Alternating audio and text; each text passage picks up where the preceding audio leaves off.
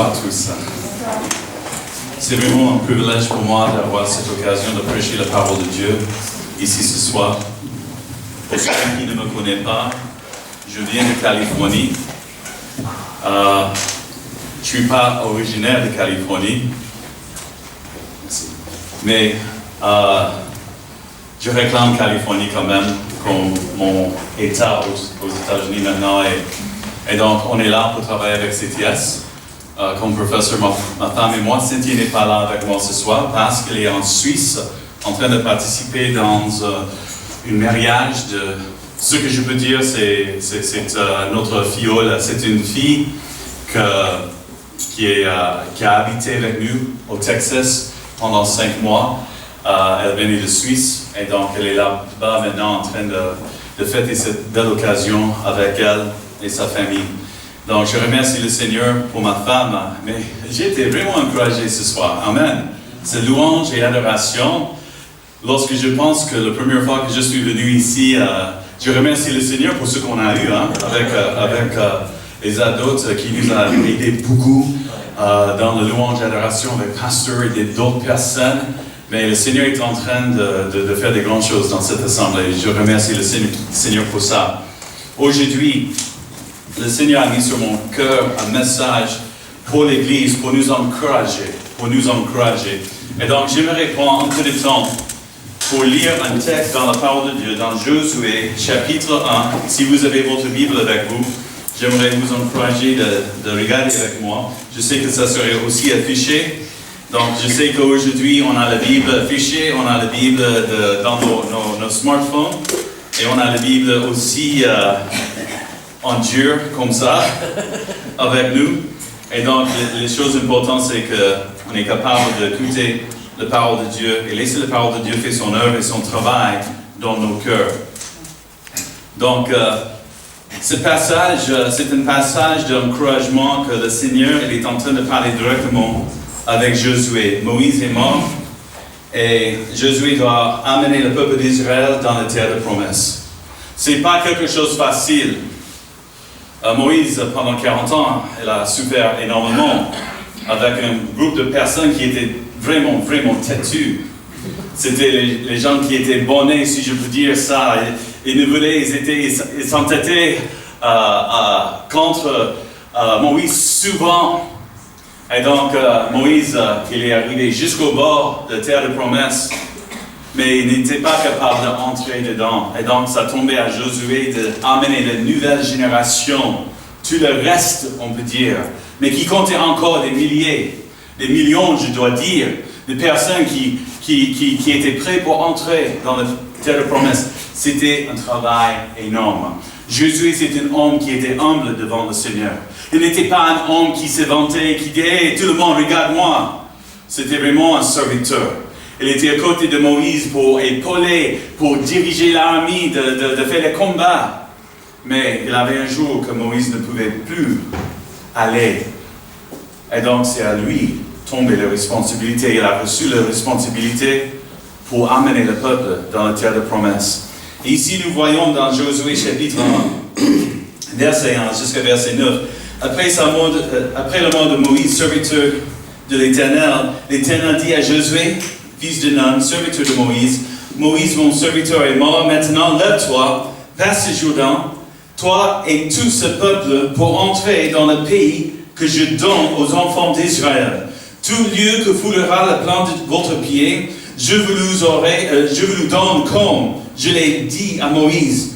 Vous aurez beau territoire depuis le désert de Liban jusqu'au grand fleuve, le fleuve de l'Euphrate, dans le pays d'Étienne, et jusqu'à la grande mer, vers le soleil couchant. Nul ne tiendra devant toi, tant que tu vivras. Je serai avec toi, comme j'étais avec Moïse. Je ne te délaisserai point, et je ne te abandonnerai point. Fortifie-toi et prends courage, car c'est du pays que j'ai juré à leur père de leur donner. Fortifie-toi seulement et aie bon courage en agissant fidèlement selon toute la loi de Moïse. Mon serviteur t'a prescrit. Ne t'en détournes ni à droite ni à gauche, afin de réussir dans tout ce que tu entreprendras. Que ce livre de la loi ne se loigne point de ta bouche. Médite-le jour et nuit pour agir fidèlement selon tout ce qui est écrit. Car c'est alors que tu auras du succès dans tes entreprises. C'est alors que tu réussiras. Ne t'ai-je pas donné cet ordre? Fortifie-toi et prends courage. Ne t'effraie point et ne t'éprouvant point, car l'Éternel ton Dieu est avec toi dans tout ce que tu entreprendras. Est-ce que nous pouvons prier avant de continuer? Seigneur, c'est ma prière ce soir que ton Esprit Saint puisse agir dans nos cœurs et dans nos vies. Seigneur, j'ai besoin de ton onction, je ne peux rien faire sans ça. Parle à travers moi, Seigneur, chaque cœur qui est ici présent. Et Seigneur, que nous puissions quitter ce lieu ce soir dans la joie et dans la victoire, comme on a déjà chanté. Et Seigneur, pour que nous puissions remplir tout ce que tu as pour nous, individuellement et ensemble, comme une église. Seigneur, que ton nom soit glorifié et magnifié au nom de Jésus. Et tout le monde dit Amen. Amen. Le courage n'est pas l'absence de la crainte. Le courage n'est pas l'absence de la crainte, mais la capacité de le surmonter pour faire ce qui est juste et droit. Josué était devant une situation assez précaire et difficile. Il avait devant lui un peuple qui était très fort dans la terre de promesse. Et ces gens-là, ils étaient obligés de chasser le pays pour prendre possession de ce terrain que le Seigneur leur a promis, même à Abraham, il y a plusieurs siècles avant. Et là, à ce moment-là, il a mis sa confiance en Dieu. Mais Dieu est là pour l'encourager. Allez, chaque place où tu mets tes pieds, c'est à vous et le peuple d'Israël. Le peuple d'Israël devait entrer dans la terre de promesse. Ils avaient des obstacles même effrayants. Mais Dieu leur a donné sa promesse d'être avec eux. Si Dieu est avec nous, ça suffit. Si Dieu est avec nous, ça suffit. On n'a pas besoin de chercher l'aide ailleurs si Dieu est avec nous. La seule condition était de mettre en pratique sa parole en obéissant. Leur obéissance à Dieu était la garantie de la victoire sur leurs ennemis. L'obéissance, je dois dire encore, c'était la clé. L'obéissance envers Dieu était la clé et la garantie de la victoire sur leurs ennemis. Aujourd'hui, Dieu nous donne ses promesses d'être des témoins efficaces.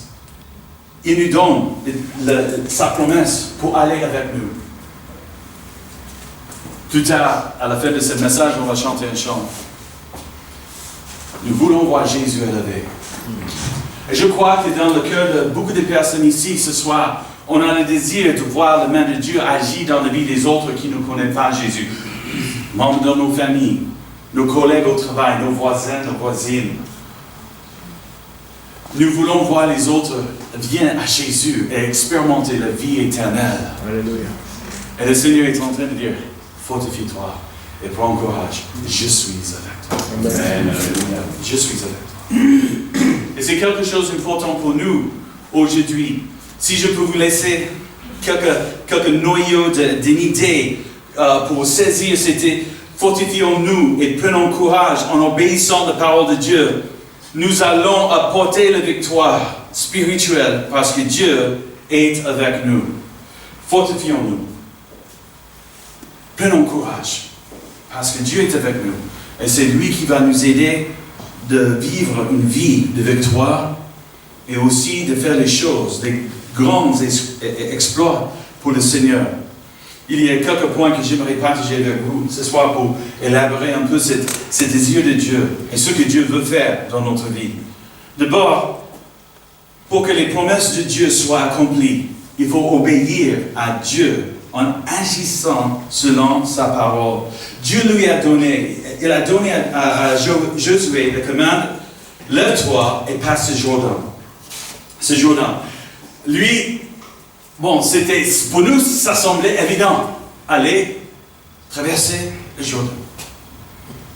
C'est le terre de promesse, mais vous savez que sur l'autre côté, il avait la ville de Jéricho.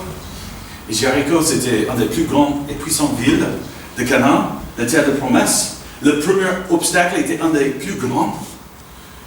Donc, ce n'est pas simplement une petite commande, c'est maintenant, Josué, passe le Jourdain. Passe le Jourdain. Mais il ne s'arrête pas là. Il dit, toi et tout ce peuple vont entrer dans le pays que je donne aux enfants d'Israël. Et la promesse de Dieu, dans verset 3, c'est tout lieu que foulera le plan de votre pied, je vous le donne, comme je l'ai dit à Moïse. Pas à pas, allons de l'avant. Peu à peu gagner du terrain. Amen. La prière est notre puissance. Les murailles s'écroulent à terre, à terre, à terre. Josué, même s'il avait la peur dans son cœur, elle a décidé de mettre sa confiance en Dieu et d'obéir à Dieu. Amen. Je suis content que ce n'est pas la fin des mots d'encouragement que Dieu avait pour Josué. On voit aussi que les promesses de Dieu sont fiables. Les promesses de Dieu sont fiables. Dans verset 5, nous lisons, nul ne tiendra devant toi tant que tu vivras. Je serai avec toi comme j'étais avec Moïse. Je ne te délaisserai point et je ne t'abandonnerai point. La promesse de la victoire. Nul ne tiendra devant toi. Dans Psaume chapitre 60, verset 14, avec Dieu, nous ferons des exploits. Il écrasera nos ennemis. Alléluia. L'ennemi veut nous décourager. L'ennemi va venir, hey, mais tu n'as rien à donner. Mais tu vas parler des gens. Regarde ta vie, hein? Tu as des problèmes toi-même. Comment tu peux aider les autres? L'ennemi vient pour nous écraser. Mais le Seigneur nous donne son Esprit Saint pour que nous puissions se lever et commencer de faire le travail de Dieu. D'aller et d'avoir un impact dans la vie des autres autour de nous. On a la garantie de victoire. Si on marche selon la parole de Dieu. Si nous marchons selon la parole de Dieu. Dans Romains chapitre 8, verset 37, nous lisons, mais dans toutes ces choses, nous sommes plus que vainqueurs par celui qui nous a aimés. On n'a pas besoin de vivre une vie de défaite. Le français, de temps en temps, ça m'a tué. Patience, s'il vous plaît. Donc, mais dans cette situation, on a la garantie de la victoire, la promesse de la victoire. Si on marche en obéissance devant le Seigneur, on a aussi la promesse de sa présence. Je serai avec toi. Je serai avec toi. Dans 1er Roi, chapitre 8, verset 23, nous lisons, ô Éternel, Dieu d'Israël, il n'y a point de Dieu semblable à toi, ni en haut dans les cieux, ni en bas sur la terre. Tu gardes l'alliance et la miséricorde envers tes serviteurs qui marchent en ta présence de tout leur cœur. Oh Seigneur, je veux vivre plus de présence de Dieu dans ma vie. Pas simplement lorsque je viens à l'église, je viens de venir avec mes frères et sœurs, de vivre, d'expérimenter la présence de Dieu dans l'adoration, dans la louange, dans la prédication. Mais qu'est-ce qui se passe lundi matin, quand je me lève? Est-ce que je suis prêt pour dire, Seigneur, je veux vivre ta présence aujourd'hui? Et pas simplement le lundi, mais mardi, mercredi, jeudi, vendredi, samedi, toute la semaine, Seigneur, je veux vivre ta présence dans ma vie. Le Seigneur est capable de faire ton œuvre dans nos vies. Mais est-ce que nous sommes prêts pour vivre la présence de Dieu? Je serai avec toi. Mais est-ce que nous sommes prêts qu'il soit avec nous? Demande à lui, Seigneur, va avec moi aujourd'hui. J'ai besoin de connaître ce que tu veux que je fasse pour toi, Seigneur. Aidez-moi d'être sensible et à l'écoute de ton Esprit Saint, pour que les paroles qui sortent de ma bouche soient des paroles propices qui vont toucher les autres autour de moi. Seigneur, aidez-moi de vivre une vie de victoire, que lorsque je suis en face des collègues au travail qui m'agacent avec leur attitude envers moi et envers les autres, aidez-moi, Seigneur, d'avoir un esprit bien disposé, pour qu'à travers le témoignage que tu me donnes en face de ces gens, ils seront attirés à Jésus-Christ. Alléluia. Pas en pas, allons de l'avant. Peu à peu, gagner du terrain. La prière est notre puissance. Les murailles s'écroulent à terre, à terre, à terre. Je me souviens bien une fois, j'étais en train de travailler après notre mariage, Cynthia et moi, on était dans un accident de voiture, j'ai témoigné une fois de ça. Et donc, le moment que le Seigneur l'a touché, il a ouvert un porte pour nous de déménager dans une ville, une grande ville. Mais j'étais obligé de trouver un boulot en faisant l'école aussi, l'école biblique. Et je me souviens bien, j'ai trouvé un boulot dans une entreprise qui louait les camions pour les gens qui voulaient déménager, localement. Et aussi d'autres choses. Donc j'ai arrivé là-bas, j'ai trouvé le boulot, le travail. Mais l'homme qui était juste comme un peu le manager de notre département là, c'était l'homme qui m'a vu comme une menace à sa position. Je dis, ce n'était pas mon but de rester là toute ma vie. Hein. C'était simplement pendant le temps de pouvoir pour ma famille, d'acheter la nourriture, de payer le loyer et tout cela. Et donc, mais j'ai travaillé. J'ai travaillé parce que j'ai travaillé pour le Seigneur, pas pour le patron, mais pour le Seigneur. Et c'était mon désir que le Seigneur soit glorifié, donc j'ai donné le plus que je pouvais donner. Et le garçon, il m'a demandé de faire les choses qui étaient dangereuses, d'aller en bas les remorques sans faire certain qu'il s'est bien stabilisé. J'ai dit non, je ne peux pas faire ça. On a besoin de faire d'autres choses pour faire certain que le tout ne tombe pas sur moi. J'ai ma femme. J'ai des responsabilités. Mais tu fais ça parce que je t'ai dit. J'ai dit, écoute, je ne veux pas te désobéir, mais écoute, je ne suis pas stupide non plus. Une fois, il avait toujours, c'est aux États-Unis, il avait toujours un grand couteau de Bowie sur son côte là. Une lame comme ça. Et un jour, il est venu dans mon visage et a dit, ok, on y va maintenant. Il voulait me battre. Je dis, à ce moment-là, j'étais beaucoup plus petit que je suis maintenant. Ok? Et je me souviens bien à ce moment-là, c'est dingue ça, c'est fou. Pourquoi ça arrive à ce moment?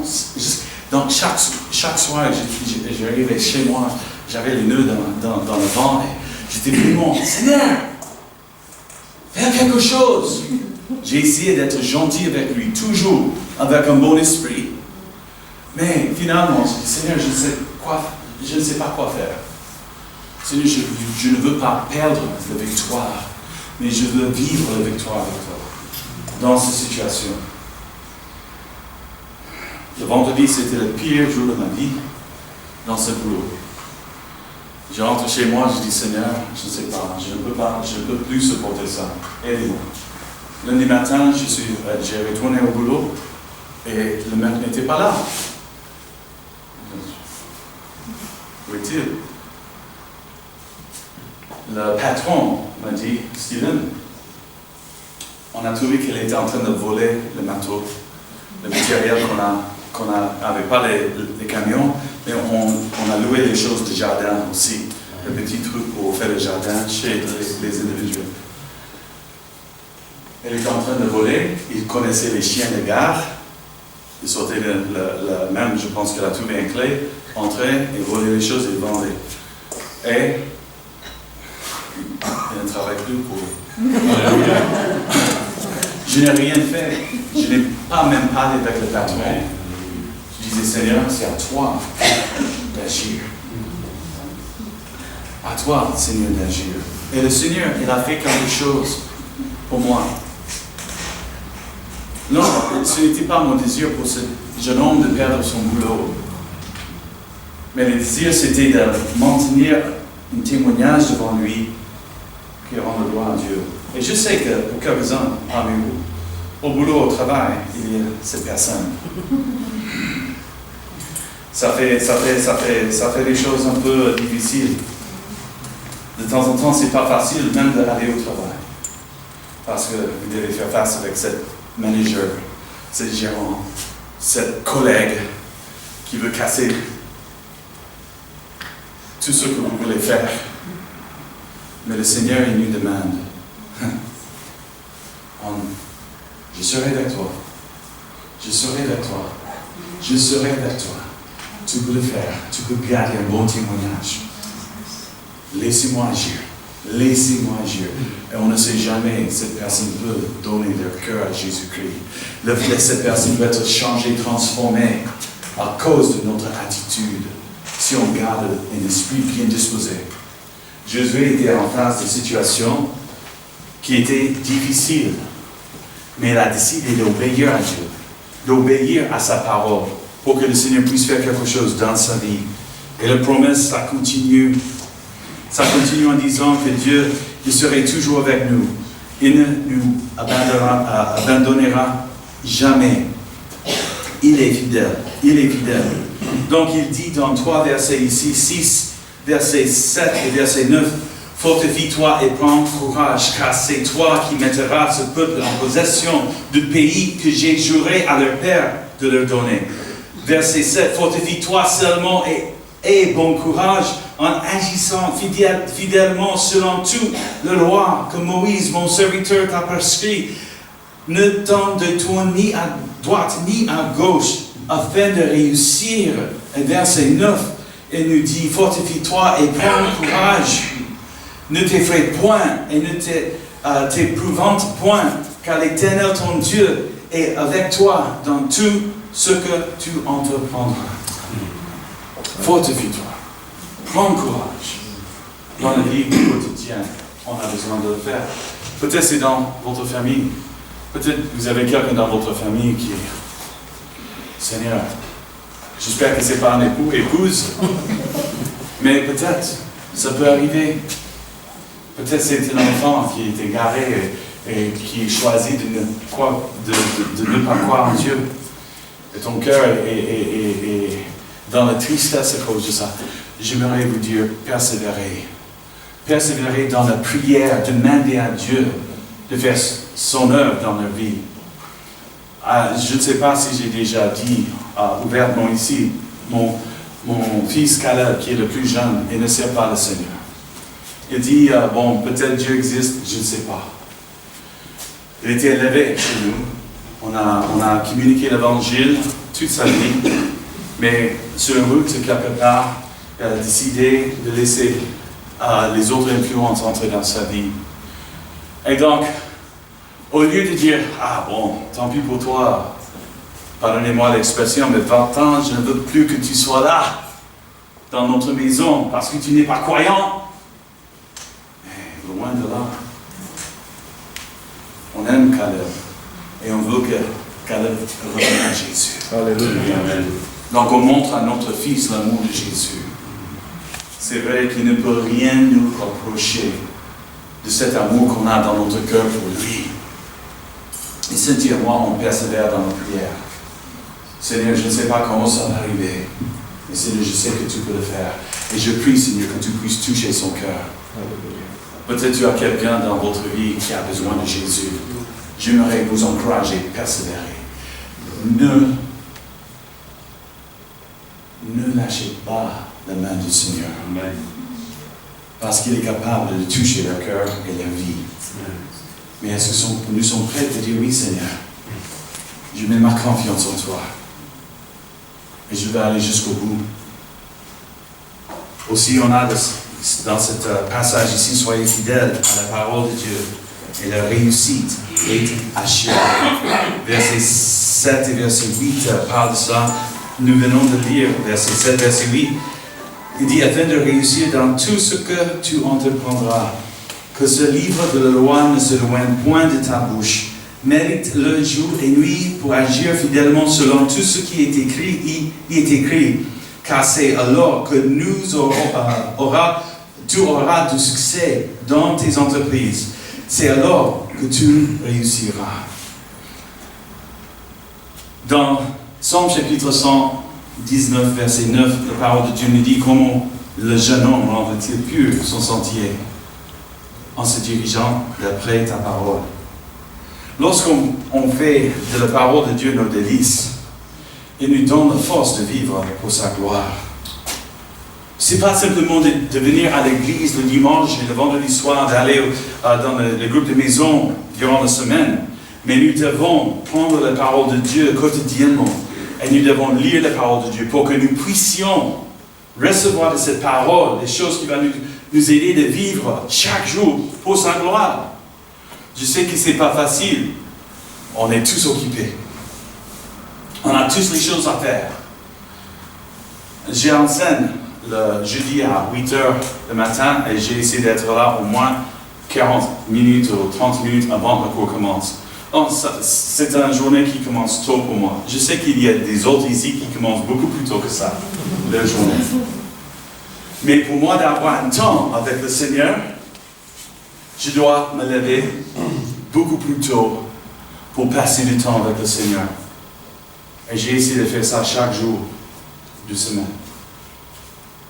Ah, Steven, combien de fois est-ce que tu as lu la Bible? Je ne sais pas combien de fois. Je sais que ma femme Cynthia, depuis le temps qu'elle avait 13 ans, elle lit la Bible chaque année. De couverture à couverture. C'est une femme de la parole de Dieu. Elle connaît la parole de Dieu. Si je ne connais pas où se trouve un verset, je peux demander à Cynthia. Elle est capable de m'aider. Mais la parole de Dieu, ce n'est pas simplement pour faire un exercice de lecture, mais de dire, Seigneur, enseigne-moi. Montre-moi. Seigneur, ta parole pour que je puisse vivre selon ta volonté, Seigneur. Pour que je puisse vivre dans ta présence et dans ta puissance, Seigneur. La parole de Dieu nous fortifie. La parole de Dieu nous donne le courage de continuer, de persévérer. Amen. Et de surmonter les choses qui veulent nous attaquer. Dans Psaume chapitre 119, verset 11, « Je serre ta parole dans mon cœur afin de ne pas pécher contre toi. » Lorsque nous sommes fidèles à la parole de Dieu et en obéissant à la parole de Dieu, la réussite est assurée. On n'a pas besoin de vivre dans le défait, nous pouvons vivre dans la victoire avec l'aide du Seigneur. Dans le même chapitre, verset 105, la parole de Dieu nous dit « Ta parole est une lampe à mes pieds et une lumière sur mon sentier. » Wow! La parole de Dieu nous guide. La parole de Dieu nous aide d'aller de l'avant. On a besoin d'être fidèle à la parole de Dieu. Écoutez-moi, je sais qu'on est faible de temps en temps. Je parle pour moi-même. La routine, c'est pas toujours facile pour moi de garder. La vie vient et ça vient et j'ai les exigences qui me tracassent et tout d'un coup je me trouve dans des situations difficiles. Je dis Seigneur, pardonnez-moi, je n'ai pas pris le temps avec toi que je devais. Je ne suis pas culpabilisé, mais je sais que dans ce temps avec le Seigneur, je trouve la force. Dans ce temps avec le Seigneur, je trouve ce qui est nécessaire pour vivre pour sa gloire. La parole de Dieu devient la nourriture spirituelle.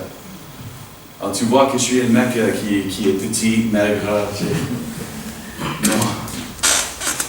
J'aime bien manger. On a mangé italien. Oh, j'étais dans le sud, à côté de... c'était la Louvière. Et j'étais avec Pasteur Cabo.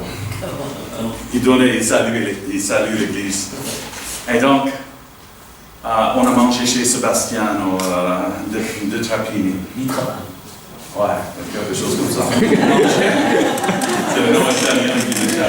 Mais lui, sa femme, elle a fait avec sa mère des trucs de fou. Hein? Et donc, en sortant de là, j'étais, oh Seigneur, aidez-moi à prêcher ce soir. C'était vraiment quelque chose de chouette. Mais j'aime bien manger. J'ai beaucoup de difficultés d'imaginer de vivre jour après jour après jour après jour sans manger. Bon, je sais qu'il y a des gens de prière, je sais qu'il y a des moments qu'on dédie à Dieu et on fait les sacrifices. Mais c'est difficile pour moi à penser de passer des semaines sans manger, ou bien simplement de noter une petite chose ici et par là. Mais combien de fois on fait ça pour notre esprit? On laisse les semaines passer, les jours, les semaines passer, sans manger spirituellement parlant de la parole de Dieu. Nous devons trouver un moment dans notre vie. Comment on peut avoir cette assurance que nos projets vont réussir et que même nos projets sont de Dieu si on ne prenons pas le temps avec Dieu. Nous avons besoin de l'aide du Seigneur Oh Seigneur, aide-nous. Aide-nous de vraiment mettre l'importance sur ta parole et aussi dans la communion, la prière avec Dieu. Jésus, il a dit à ses disciples, Pierre et Jacques et Jean, qui étaient là dans le jardin, viens avec moi. Il est arrivé à un certain point, il a dit, restez là et priez pour moi, je reviens.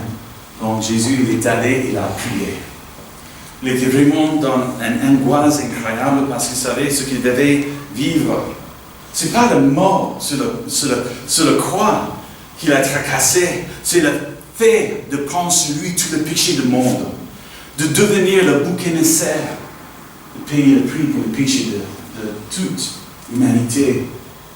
Et là, dans cette angoisse, il retournait vers ses disciples, ils étaient tous en train de dormir. Il dit, écoute, est-ce que c'est impossible pour toi de prier au moins 1 heure pour moi, avec moi? Il a fait ça 3 fois et elle a laissé tomber la dernière fois quand il a vu ses disciples en train de dormir. Il est rentré et là, dans la prière, il a trouvé la victoire sur cette angoisse qui est en train d'essayer de saisir. Mais il se disait, Seigneur, aidez-moi de trouver le temps de passer avec toi. Je peux vous dire honnêtement, le moment que j'ai commencé à vivre le succès dans ma vie et dans le projet que le Seigneur m'a donné, c'est le moment que j'ai commencé à prendre le temps régulier dans sa parole et dans la prière. Amen. J'avais 18 ans, 17 ans, 18 ans, quand ça m'a fortement touché.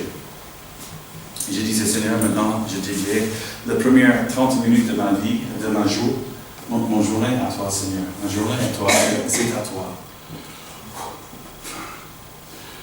J'étais obligé d'être à l'école à 7h30 le matin. Je devais quitter ma maison à 6h le matin. Donc, j'étais obligé de me lever à 5h. Pour quelqu'un de 17 ans, 18 ans, voyons, hein. Et je me souviens bien de ces moments.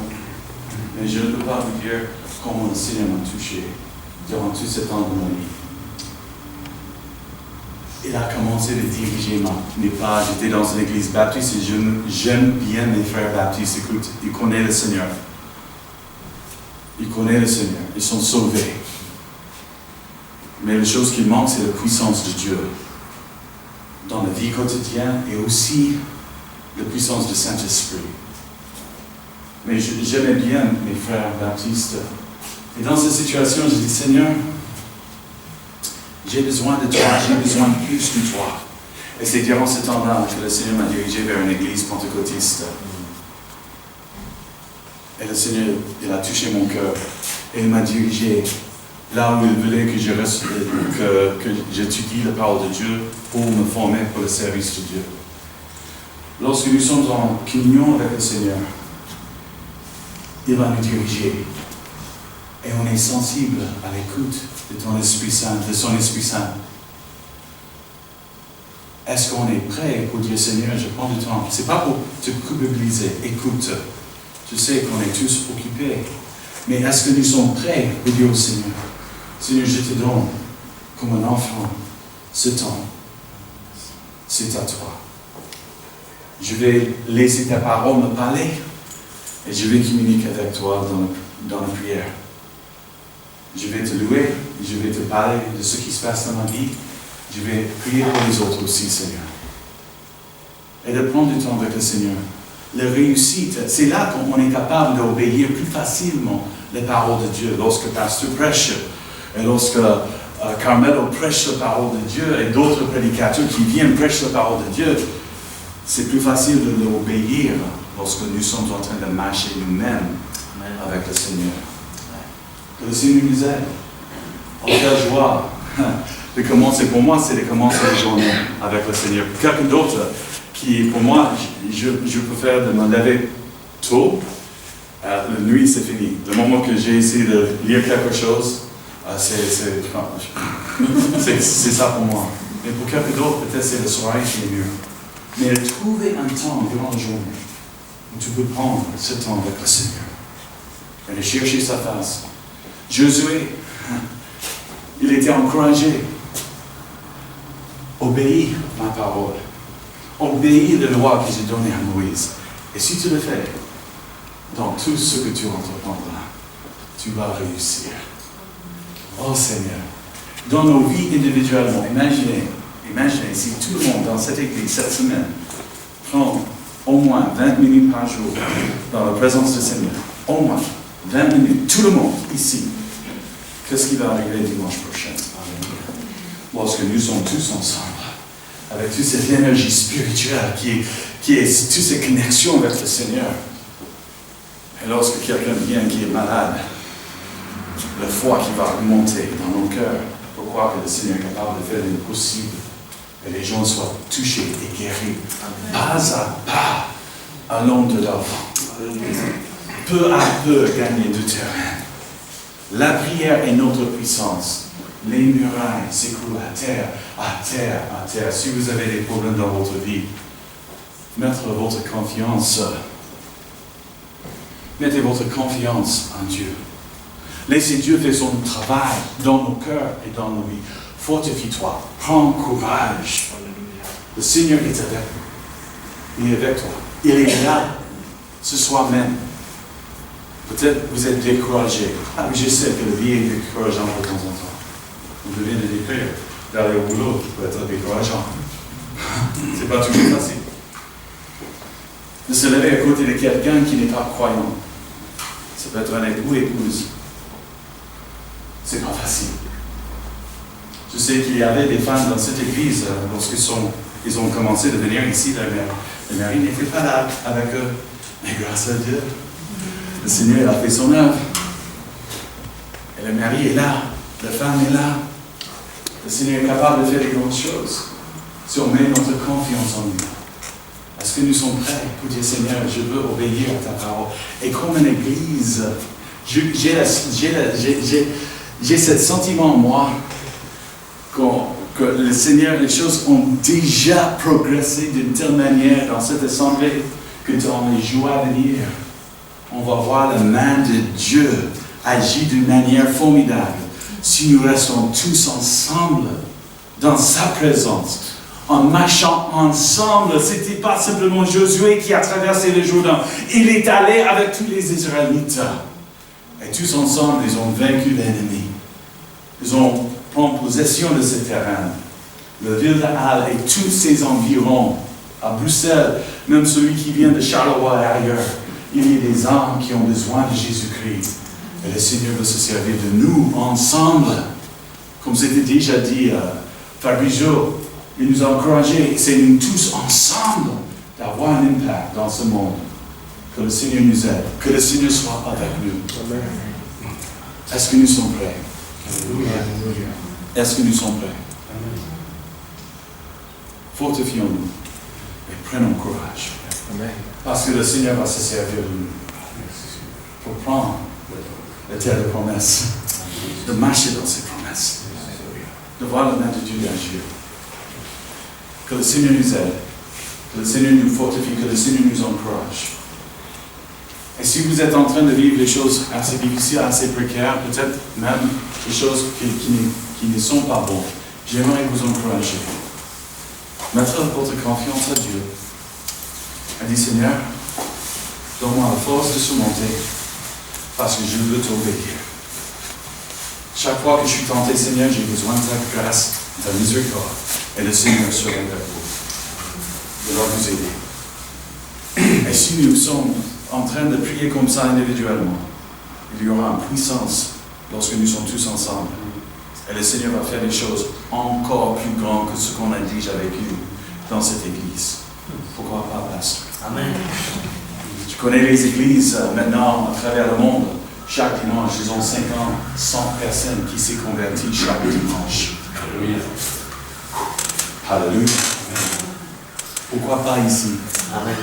Pourquoi pas ici? Oui, c'est les gens qui sont touchés, guéris par la grâce de Dieu. Les miracles, les délivrances, toutes sortes de choses. Pourquoi pas plus, pasteur? On veut voir ces choses. Et que le Seigneur nous aide. Amen. J'aimerais inviter le groupe de louanges de monter. On va se lever tous et on va chanter ce chant comme une déclaration de ce message. Nous voulons voir Jésus élevé. Gloire à Dieu. comme un étendard sur ce pays pour montrer à tous la vérité et le chemin vers le ciel. Amen.